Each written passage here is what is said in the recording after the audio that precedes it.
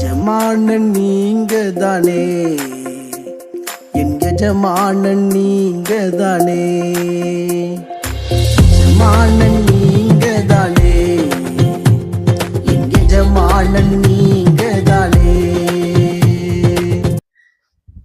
ஆண்டவராகிய இயேசு கிறிஸ்துவின் நாமத்தினாலே உங்கள் அனைவருக்கும் 2335வது காலை மன்னா செய்தி மூலமாக உங்களை சந்திப்பதில் மிக்க மகிழ்ச்சி அடைகிறேன். தேவனாகிய கர்த்தர் கிருபையாய் இந்த புதிய நாளை தந்திருக்கிறார். அவருக்கு மகிமை உண்டாகட்டும். கடந்த சில நாட்களாக நம்முடைய காலை மன்னா தொகுப்பிலே வேதாகமத்தில் முழங்கால் படியிட்டவர்களை நாம் தியானித்துக் கொண்டு வருகிறோம்.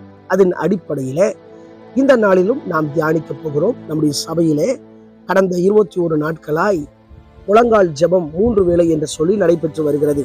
இந்த ஜெபத்தில் அநேகர் கலந்து கொண்டு ஆசீர்வதிக்கப்படுகிறார்கள். அநேகருடைய ஜெபத்தை, விண்ணப்பத்தை தேவன் கேட்டு பதில் கொடுத்திருக்கிறார். இந்த நாளிலும் 17வது நாளாக நம்முடைய சபையில் நடைபெற உள்ளது. இதில் ஒவ்வொரு நாளும் முழங்கால் படித்தவர்களை தியானித்துக் கொண்டு வருகிறோம். அதன் அடிப்படையில தேவ மனிதனுக்கு முன்பதாக முழங்கால் படியிட்ட ஒரு தலைவனை பற்றி நாம் தியானிக்க போகிறோம். 2 ராஜாக்களின் புஸ்தகம் 1ஆம் அதிகாரம் 13வது வசனம்.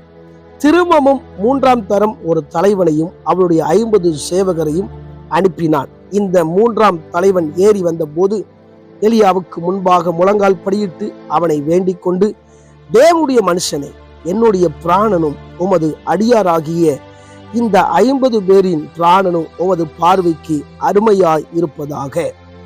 இந்த 3ஆம் தலைவன் எலியாவுக்கு முன்பதாக, தேவ மனுஷனுக்கு முன்பதாக முழங்கால் படியிடுகிறார். இங்க அகசியா என்ற ஒரு ராஜா 2 ஆண்டுகள் ஆட்சி செய்கிறார். அவருடைய ஆட்சி காலத்துல தன்னுடைய வீட்டினுடைய மேல் மாடியில் இருக்கும்போது அவர் கீழே விழுந்து வியாதிப்படுகிறார். வியாதி நிமித்தம் மரணத்துக்கு ஏதுவாய் இருக்கிறார். இந்த சூழ்நிலையில தன்னுடைய சேவகரை சிலரை அனுப்பி பாகால் சேபுவிடம் தன்னுடைய வியாதிக்காக விசாரிக்க ஆட்களை அனுப்புகிறார். அந்த சூழ்நிலையில தான் எலியா எதிர்பட்டு அவர் தீர்க்க தரிசனமா சொல்றாரு, இந்த அகசியா வியாதிப்பட்டு பாகால் சேபுவிடம் விசாரிக்க போக காரணம் என்ன? ஜீவன் உள்ள தேவன் இருக்கிறாரே என்று சொல்லி அவர் சொல்லுகிறார். இந்த செய்தியை அப்படியே அகசிய ராஜாவுக்கு சொல்லப்படுகிறது. அவர் வியாதியில பிழைக்க மாட்டார், மரித்து போவார். ஏனென்றால் பாகால் சேபுவிடம் அந்நிய தேவத்திடம் விசாரிக்க போனபடியால் இப்போ அகசியா தன்னுடைய தலைவரில் ஒருவனையும் 50 பேரையும் எலியாவை சந்திப்பதற்காக கர்மேல் பர்வதத்துக்கு அனுப்புகிறார். எலியாவிடம் அந்த தலைவன் வந்து, எங்க அகசிய ராஜா வர சொல்லுகிறார் என்று சொன்ன போது இந்த எலியா சொல்லுகிறார், நான் தேவனுடைய மனுஷனானால் இவர்களை அக்கினி பட்சிப்பதாக என்று சொல்லுகிறார். அந்த 51 பேரையும் அக்கினி பட்சிக்கிறது. அவர்கள் இறந்து போகிறார்கள். 2வது முறையும் ஒரு தலைவனையும் 50 பேரையும் அனுப்பும் போது அப்படியாகவே நடைபெறுகிறது. 3வது தடவை ஒரு தலைவனையும் 50 சேவகரையும் எலியாவை சந்திப்பதற்கு அனுப்பும் போதுதான் இந்த 3ஆம் தலைவன் தேவ மனுஷனுக்கு முன்பதாக மிகவும் பணிவோடு, தாழ்மையோடு, பயத்தோடு முழங்கால் படியிட்டு, அந்த 2 பேரை போல என்னுடைய வாழ்க்கை, என் கூட வந்தவங்களுடைய ஜீவியம் இருக்கக்கூடாது, அக்கினி பட்சிக்க கூடாது, எங்களுக்கு இரக்கம் செய்யுங்க, அகசிய ராஜா உம்மை வர சொல்கிறார் என்று சொல்லி முழங்கால் படியிட்டு அவர் சொல்லும் போதுதான் கர்த்தர் சொல்லுகிறார் எலியாட்ட, இறங்கி போய் அகசிய ராஜாவிடம் நான் சொன்னதை அப்படியே சொல்லு என்று சொல்லி. அதே போல எலியா அகசிய ராஜாவிடம் சொல்லுகிறார், இந்த வியாதியில் நீர் மரித்து போவீர், ஏறின கட்டில விட்டு இறங்க மாட்டீர் என்று சொன்ன போது அங்கே மரணம் நேரிடுகிறது. இதை கேட்டுக்கொண்டிருக்கிற அன்பான கர்த்தருடைய பிள்ளைகளே, ஏன் வியாதியில அவன் மரித்து போனான் என்று கேட்டார்.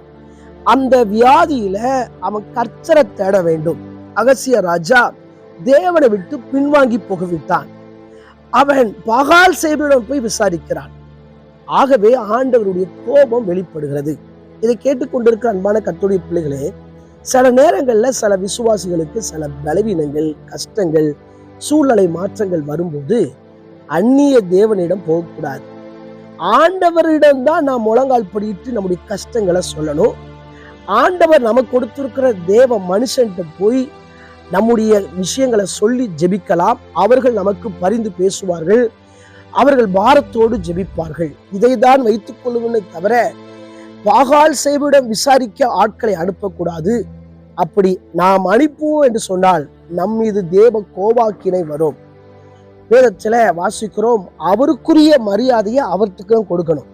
உங்க வாழ்க்கையில, என் வாழ்க்கையில சரி, எவ்வளவு கஷ்டம் வந்தா சரிதான், எவ்வளவு பாடுகள் வந்தா சரிதான், ஆண்டவருக்கு நேரா 2 கரங்களை கூப்பிட்டு, ஆண்டவரே நீர் இந்த வியாதியிலிருந்து விடுதலை தர வேண்டும் என்று சொல்லி ஜெபிப்பீர்கள் சொன்னால், அது எப்பேற்பட்ட பலவீனமா இருந்தாலும் சரி, வியாதியா இருந்தாலும் சரி, மரணத்துக்கு ஏதுவான காரியம் இருந்தாலும் கூட கர்த்தர் விடுதலை கொடுப்பார்.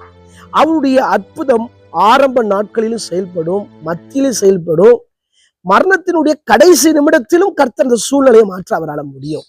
இதை கேட்டுக்கொண்டிருக்க அன்பான கர்த்தருடைய பிள்ளைகளே, உங்க வாழ்க்கையில எத்தனை தேவைன்னா சரிதான், எத்தனை கஷ்டம் தான் சரிதான், ஒருவேளை என் கூட கர்த்தர் இல்லையோ அப்படி நினைப்பு இருந்தாலும் சரிதான், ஆண்டவர் இடம் போய் முழங்கால் படியிட்டு, ஆண்டவரே என்னுடைய ஜீவனை காப்பாற்றுங்க, என்னை பாதுகாத்துக் கொள்ளுங்க, எனக்கு நீர்தான் அற்புதம் செய்ய வேண்டும் என்று சொல்லி இருப்பீர்கள் என்று சொன்னா நிச்சயமா கர்த்தர் உங்களை ஆசீர்வதிப்பார்.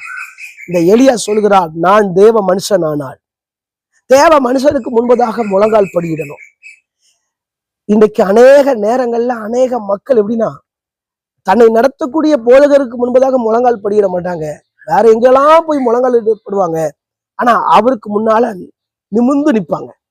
போட முடியலன்னா பிரச்சனை கிடையாது, ஆனா முழங்கால் போட படியிடும் போது அது எதை குறிக்கிறது? தாழ்மையை குறிக்கிறது, பணிவை குறிக்கிறது, தேவன் எனக்கு அற்புதம் செய்யட்டும் என்பதை குறிக்கிறது. எனவே நம்முடைய ஜீவியத்துல தேவ மனுஷனுக்கு முன்பதாக முழங்கால் படியிட்டு நம்முடைய வேண்டுதலை ஆண்டவர்கிட்ட சொல்லும் போது நிச்சயமாய் பதில் தருவார்.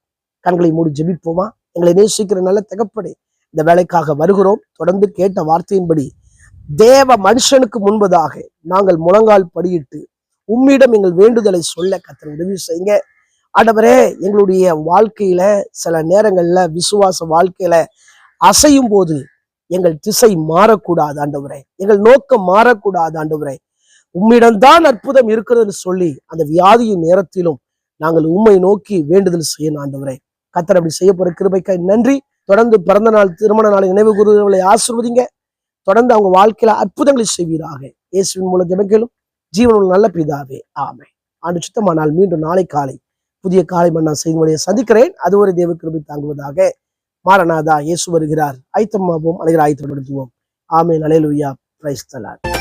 எஜமானன் நீங்க தானே, என் எஜமானன் நீங்க தானே,